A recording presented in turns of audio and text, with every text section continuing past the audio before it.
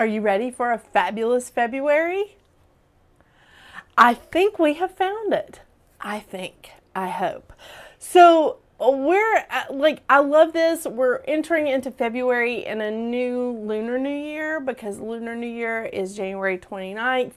And it's the year of the snake. So again, I've said this before, after the drama of the year of the dragon, this is going to be a much chiller year in theory.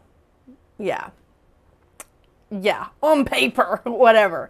So February is really the first month that we're going to feel the energy of the year of the snake. So I've talked about this. I'm not going to talk about it more in this video. You can go back and watch the 9-year in numerology video, or you can watch the year of the snake video. But I really am loving this energy. So we're kicking off February with, again, the year of the snake energy. And February 2nd, we start off with Groundhog Day. Great movie. But it's going to be really interesting to see what Punxsutawney Phil sees this year. I say his name wrong all the time. It's Punxsutawney Phil. I think I'm saying it right now. But it's going to be interesting to see what's going on there because we've had some weird, interesting weather in the South this year already. Very interesting. So on February 4th, we have Jupiter going direct in Gemini. And also we have Venus moving into Aries, just adding a splash of fire to, all things that Venus rules, which is basically our money and our love life, our relationships, not necessarily just romantic ones. Yeah. On the 12th, we have a full moon in Leo that hits its peak at 8:53 a.m. Eastern Standard Time. All my times are Eastern Standard Time because, well, that's where I live. Yeah. On the 14th, we have Valentine's Day and Mercury moving into Pisces. Now, Mercury is not fond of Pisces. Really not a happy place for Mercury. So this is going to be interesting. It's going to be an interesting little twist on communication on this Valentine's Day, this important holiday for romance. I know, I'm such a romantic, right? On the 18th, we have the sun moving into Pisces, joining quite the party in Pisces, by the way. Sorry, there's a hair tickle on my face. On the 23rd, we have Mars going direct in Cancer. On the 27th, we have a new moon in Pisces that hits its peak at 7:45 p.m. Eastern Standard Time. And I just want to say, this is quite the little party in Pisces this month. It is. But having Mars go direct from the 23rd until March 1st, this is our small window when we have all the planets direct. Now, planets in retrograde are not a bad thing. It is a time for us to enter the re-season, like I like to call it, where we reevaluate, we redo, we fill in the blank. Whatever you need to do, you reassess. And I think that this is the perfect year for us to not see a huge window of opportunity where all the planets are direct at once. 9 is all about rebirth.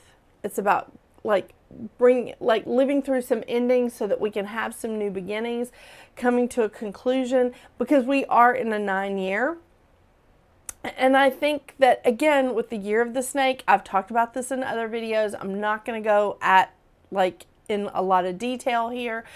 But I think that this is a kind of a good year for us to not have this huge gap between retrogrades, between planets being in retrograde. Sometimes we'll have as much as 4 months of planets or 3 months of planets that are all direct at one time. But this year we don't. We just have a very small window just from the 23rd of February until March 1st. So that being said, We're ending February with one planet in fire, which is Venus in Aries, two planets in air, which is Jupiter in Gemini and Pluto in Aquarius. And Pluto should be camped out in Aquarius for a minute. 2044 is when Pluto comes out of Aquarius. So then we also have one planet and south node in Earth. So we have Uranus camped out in Taurus, and we have south node in Virgo. And in Pisces, oh my gosh, well, there's 5 planets and north node in water. And so we have Mars in Cancer, but Pisces is like the party hub, right? Because we've got North Node, Sun, Saturn, Mercury, and Neptune all in Pisces for this period of time. It's, yeah, if you got a lot of stuff in your chart that's in Pisces, you might want to check this out and see what's going on with you and what's happening with you this month. It's very interesting, very interesting. Okay, so the crystal of the month this month is selenite. Now, I realized that we had this crystal as the crystal of the month in October of 2044. Oh my gosh, 2024. What is wrong with me? I am drinking coffee. I am. But we had, in October of 2024, selenite was the crystal of the month. So the reason why selenite is coming back up at this time is because it's a great remover of negative energy, and it removes negative energy. It cleanses auras. It provides protection. It helps with releasing, a big component of being in the year of the 9 and in the year of the snake, for that matter.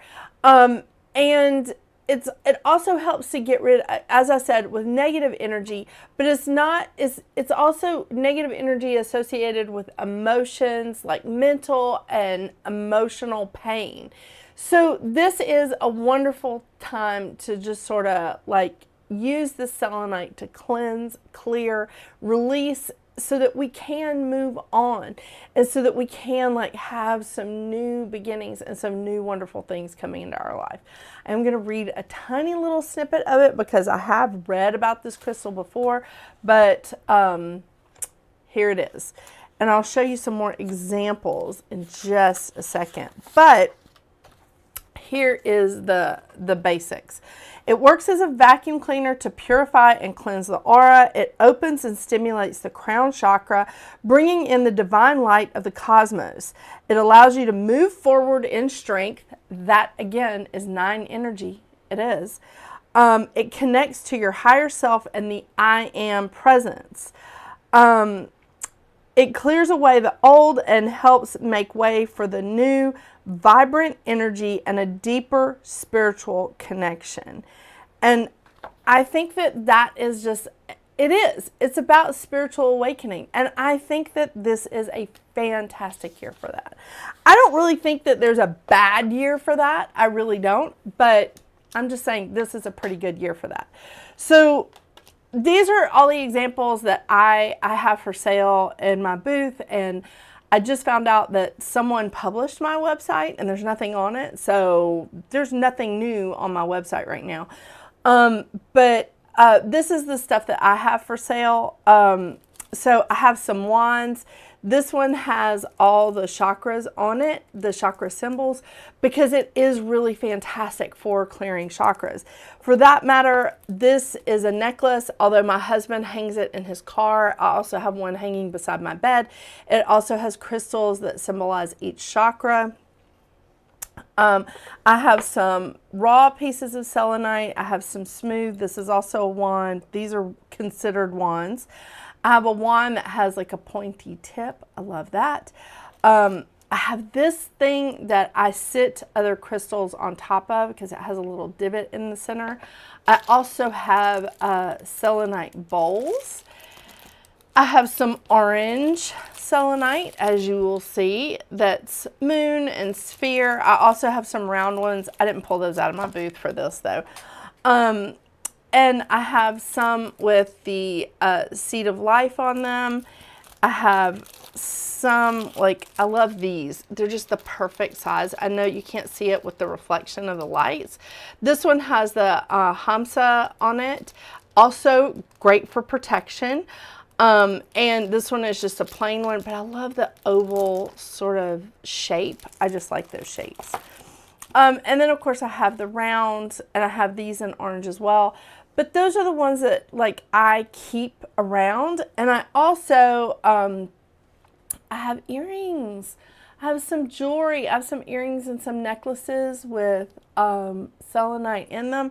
These are things that I keep in my booth all the time, and I highly recommend that like you go check out like your local metaphysical store. I can tell you right now, they probably have a ton of selenite. And I also have an athame made out of selenite. I love it. Also something I use quite a bit. Yeah. Okay. So today I am also, like as usual, I'm going to be pulling cards from the Goddess Guidance Oracle deck. If I can get this to get in focus. I know. My Canon has one job.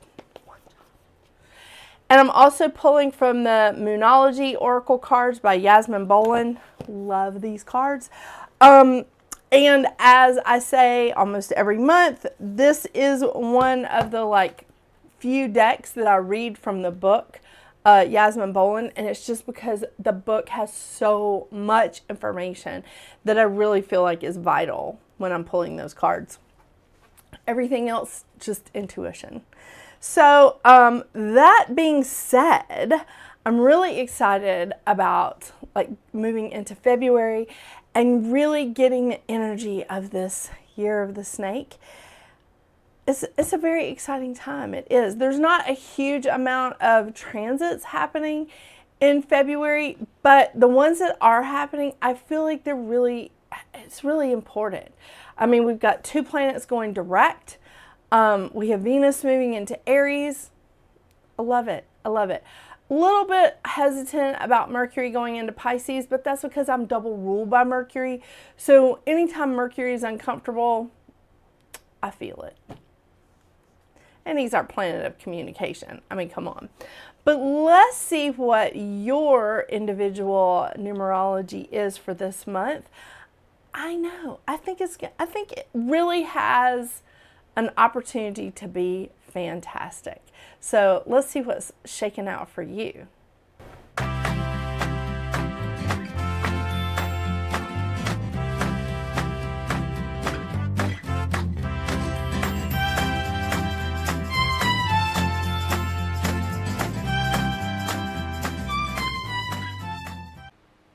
Hello, Life Path 33. Do you have one of these? It's just making himself really, really comfortable on my setup, on my desk. It's great. It's great. All right, Life Path 33. Wow. February for you is going to be a 44 month. Now, I love this because, 2024 was a 44-8 year.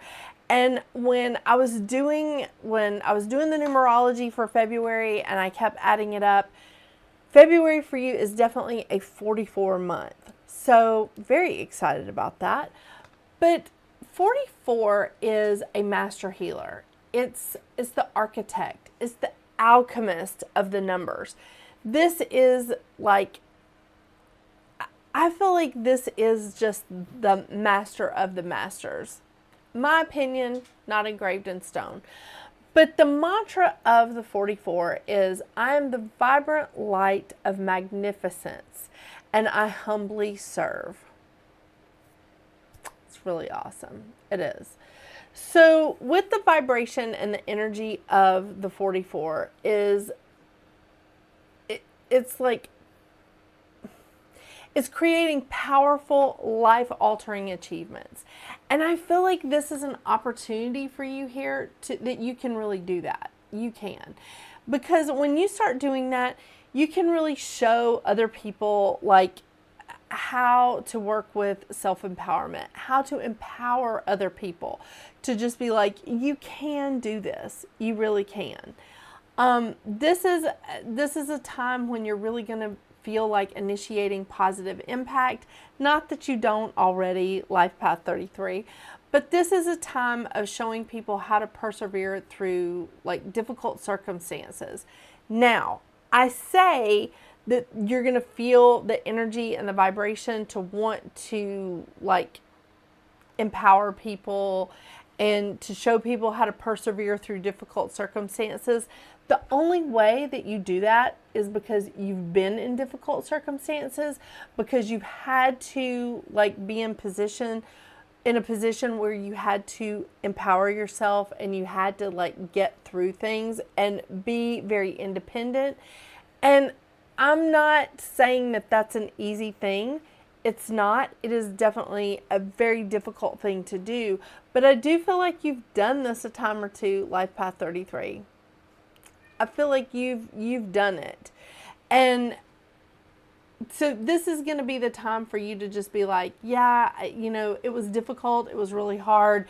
And you're just showing people that it's not a cakewalk and it's not necessarily always like rainbows and unicorns out there. I know. I've been accused of being too positive. I've been accused of being that Pollyanna. So I get it. I do. The 44 energy is also an activist and an original thinker. So again, we're looking at that magnificent, that vibrant light of magnificence and humbly serving with it. Yeah. The lesson of the 44 is to empower others to have a positive impact on the world and acknowledge who they are while doing the same for themselves. So you're sitting there and you're trying to acknowledge and like help other people to acknowledge that they are capable of self-empowerment and capable of having a positive impact on the world, but you also have to do the same thing for yourself. Yeah, again, not easy. It's not an easy energy. It sounds wonderful and fabulous when you start looking at it going, oh my gosh, this is the master healer. Oh my gosh, this is the architect. This is the alchemist of like this wonderful energy. But it's also the most challenging. So the shadow sides here, the shadow effects of the 44 energy is too much emphasis on control. Too much emphasis on control can abuse power, can be driven with an unhealthy focus on success. That's not what we want. That's not how we want to live, right? That's not how we want to put our emphasis on things. And especially because 33, you are all about balance. You are such a strong-willed number, and you're all about balance because you're so dynamic and you're so creative, but you also want to help others. You want to help, help others open their hearts and open their eyes to see that there's another way to do things. And I think this is I do feel like you are amazing. You share your creativity with the world and you live a life of abundant spiritual growth. So I think that this is a really amazing time for you. It may not be the easiest month here at Life Path 33, but it is really, really amazing. It's outstanding. Yeah. Remember your mantra. Ecstatically and lovingly, I share my creative essence with the world. That is lovely in itself. And let's just check in really quickly with the shadow sides of the 33, and that's lack of acceptance of the self and others, which can cause a domino effect. If you don't accept yourself, it causes a really negative domino effect where we stop accepting others in that as well. Can't move beyond your comfort zone sometimes. Tendency to focus on the dark instead of the light, and being very quick to judge. So when you're in this powerful vibration, this powerful time of a 44, really look back at 2024 because we were under that umbrella of it the entire year. The entire year was a 44-8 year, so you can kind of see what February is going to be like for you. It's going to be highs and lows, but you really can maintain your balance. If you can keep your balance during this month, this is going to be an amazing, amazing time for you. I love it. I do. This is the master healer, empowering others. You really are showing like how vulnerable you've been. Yeah. When you've been dealing with like big issues, big problems.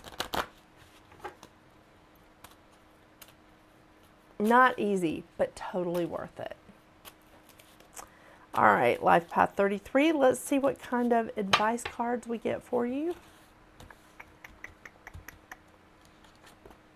Oh. Come on. Damara, guiding children.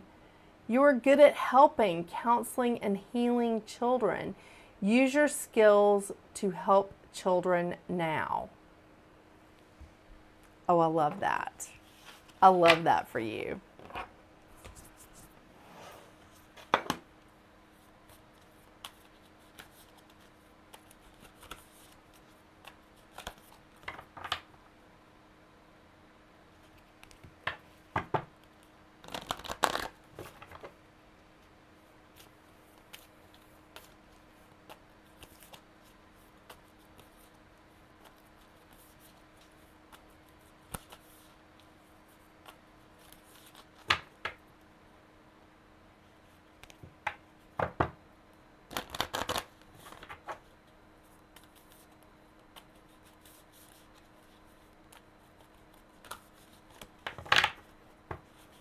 Okay. Next advice card. Ooh, full moon in Gemini. The answers you need are coming. I love that. All right, let's see what else the full moon in Gemini says. There we go. Okay, full moon in Gemini. This card is a reminder that it's important to speak your truth, but remember that your words have consequences and impact your listener. Right now, you need to guard against indiscretion. The answers you need may well come soon. The issue you're facing could well be one or a few conversations away from being resolved. I like that. Especially since you're in this healing energy of the 44 for the month of February. If you're inquiring about a love situation, a little flirting may be called for. If you're in the middle of an argument, this card comes to you as a reminder of the old, very non-Gemini message, least said, soonest mended. That is definitely a non-Gemini message. Oh my gosh. Oh, come on. Focus. There we go. It's good to talk, but be careful. You aren't causing yourself any issues with your words. Words have enormous power. As metaphysician Florence Scovel Shinn put it, your word is your wand. You create magic in your own reality every time you express yourself. Have an important conversation, but stay calm. That is also balance. And that's what you're all about. I think that this is a wonderful, wonderful opportunity for you because you are creating a powerful, life-altering achievement in February. Or you have the opportunity to do so. Thank you so much for joining me today, Life Path 33. I hope you have a wonderful, wonderful February. I so appreciate your continued support on my channel, and I look forward to seeing what 2025 brings us. All right, until we see each other again, get out there and make your magic. Bye.